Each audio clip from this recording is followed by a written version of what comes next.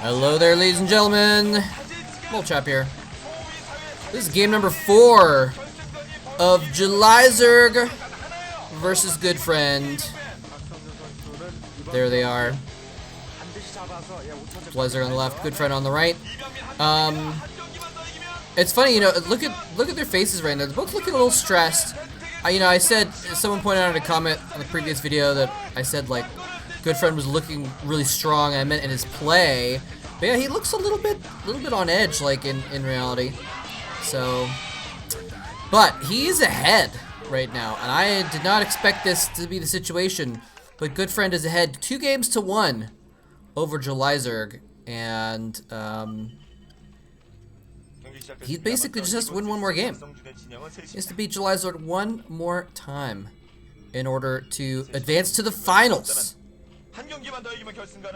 This is not, being in the semifinals and the finals is not new for either of these guys, though. This is, you know, it's interesting. Sometimes it's something you don't often think about necessarily, but the stress of being on stage actually can change a lot for players.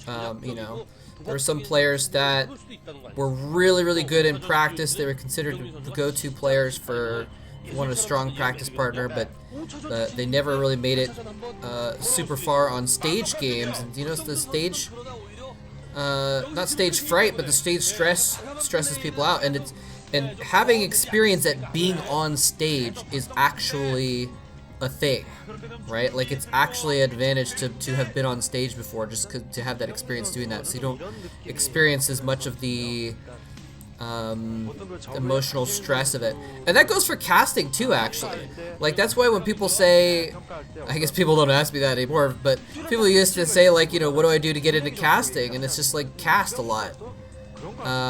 You know, just do a lot of it, and you get used to it enough that you can feel comfortable with it, that you can have your personality come out and just be you know, feel normal and not be and focus on the craft rather than what's around it, I guess. I'm not sure if I'm making complete sense here, but so, you know, that it's the same thing with playing on stage and StarCraft, I think, where the more you do it, the less of a big deal it feels like, and the more you can focus on just your game rather than, oh my god, I'm on stage, or oh my god, what's gonna happen, am I gonna win or lose?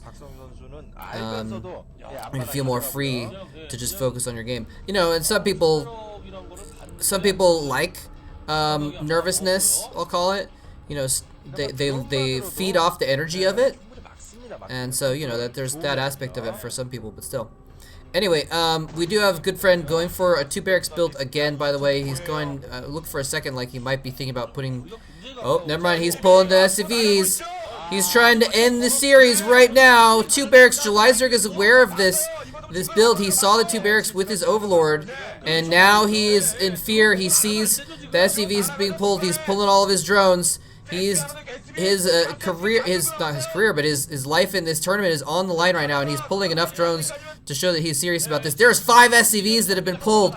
He's gonna need, I think, more drones in this, but he doesn't have any more drones. He has to keep a few back mining at least, so he can start creating. He does get in the back. He picks off one of the Marines. That is crucial. Going to the back line and picking off the Marines is exactly what he needs to do. He picks off one. The other one is very low. It's kind of dancing around amongst the SCVs. He does kill off the second Marine as well. If he kills that third one, this is over. The Marine dodging downwards, which is kind of a little bit weird situation to go into. He's gonna get, no! The other Marine comes in, he gets the third Marine. The 4th Marine survives, the Zerglings are out! And they are gonna be able to surround. Now there's 1 Marine in that bunker, but he's gonna be able to surround the bunker. Can he kill off the SCVs before they can repair it, though? He's doing an excellent job. He's gonna be able to he does kill off one of the Marines before it gets inside. That's crucial.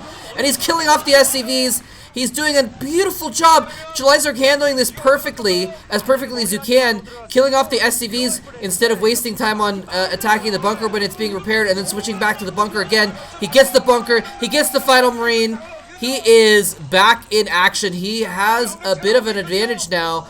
Goodfriend's going to have to play defense now as some Zerglings are coming across the map. He's going to be able to, okay, this actually, he's going to be fine.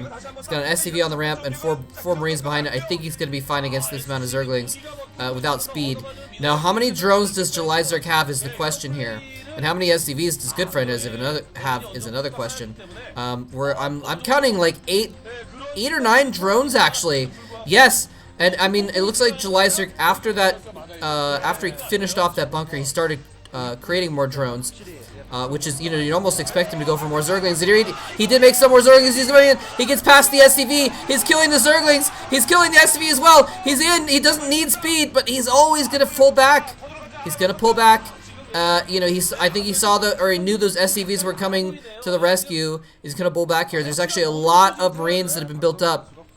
He did get in amongst the Marines. He killed off an SCV. He killed off 2 or 3 Marines. Oh, this is perfect. He's gonna run by. He needs to distract.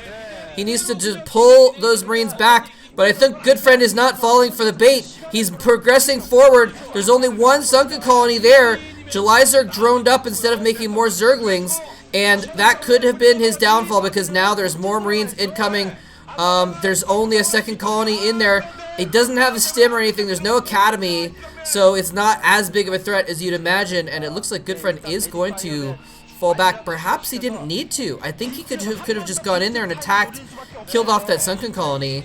Nice SCV pick off there. I think, he's gonna run by. He doesn't have stim to actually run, so he's gonna walk by. But he does get by. Can the drones get in there and stop him?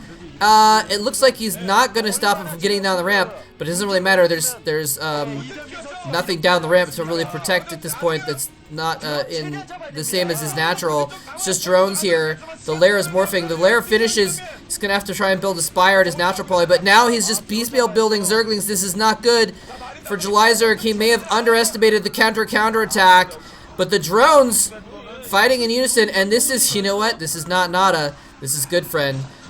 So he's not quite able to micro perfectly and make those Marines stretch as far as they could have. You know, if he'd really been on top of microing them, I think he could have done a little bit better with that. I mean, it was still very good, but it's just, you know, he didn't pull off a miracle with a few Marines like we saw Nada do.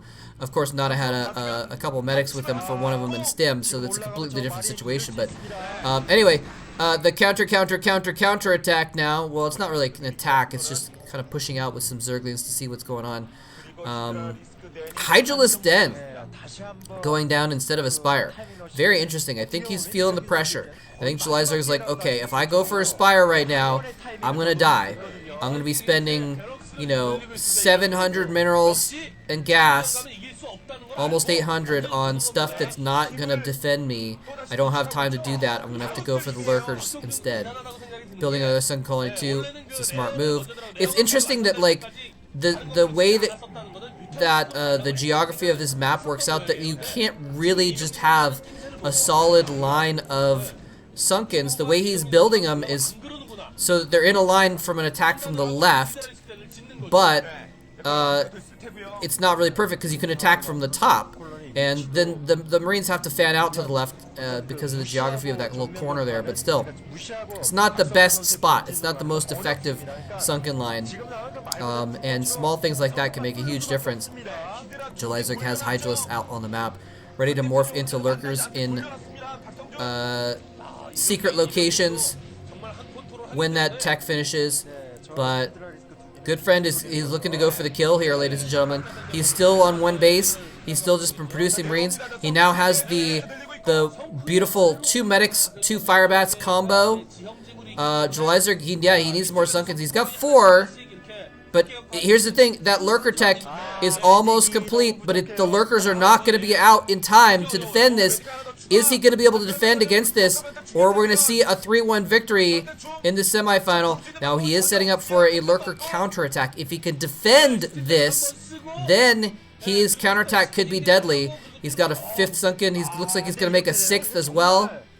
Nope, just going to the gas mine there.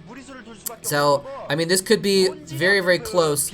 It looks like Goodfriend, though, is not... I mean, he would have gone in by now if he was going to go in. He had the firebats. He had the medics, and now the lurkers are going to defend the natural, and they're going in to attack Goodfriend's main.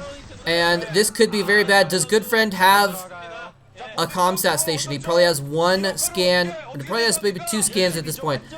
Let's see if he has. He does have the scanner, and he's actually going to go in and burrow lurkers on either side of the sunken. I'm sorry, of the mineral line. But it's stimming in against the sunken at the same time. He actually used the ComScan offensively to try and break the front, and it's not going to work.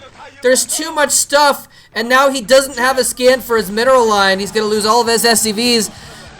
Julyzerg has come back, and I would be really come back from a deficit to tie it up for a 2-2 situation. This semifinal is going to a Game 5. What? I mean, this is amazing. We had Nada versus Goresh go to a Game 5. We're going to have Goodfriend versus Julyzerg go to a Game 5 as well. What amazing StarCraft series we're seeing here. I was a little disappointed by the round of 16 of this Star League, but the round of 8 on up is turning out to be pretty incredible as well. Very, very exciting. So, game number, I'd be really curious to see a replay of that game if I could, to see what the timing was on the tech that was happening there, because Goodfriend, he waited to go in until the lurkers were done. If he attacks before the lurkers are done, he wins that game. But the thing is I don't know if Stim was finished. His academy was delayed. You know, if you think about it, he had 6. He basically had made, from each barracks, he'd made 3 academy units. So, you know, is the timing of that such that he could have had Stim at the same time, or was, I don't know exactly remember what the how long it takes for Stim to finish, but you know, and he could have maybe not started Stim immediately after the academy had finished as well.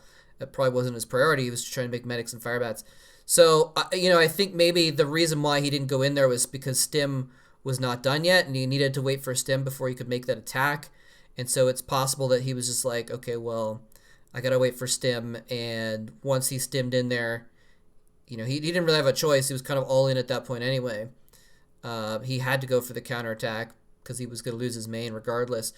With those sneaky lurkers, you know, Goodfriend did not expect that, to have 2 lurkers out on the map, walking down his ramp. And, you know, I was like, okay, well, he's not going to use his scan for defense, but he couldn't really. He didn't have any Marines there. You know, scanning those lurkers doesn't do anything. He's like, oh, look, oh, that's what's killing my SCVs. It's some lurkers. Now I see. So using it offensively kind of made sense, but it was just bad timing there. Good, well done by Julyzerg, and I think it was a good move to go for the lurkers. I think it would have been a little bit too slow to go for the Mulisks at that point. The Mulisks would not have, I don't think, been there in time to defend as the lurkers were. So I don't know though. I'd have to look up the timings, and you know, you have to look at the replay really. But unfortunately, the replays are not something we have access to.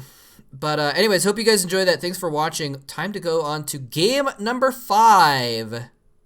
Game number 5 of Julyzerg versus Goodfriend. This is going to be pretty hype. Thanks for watching.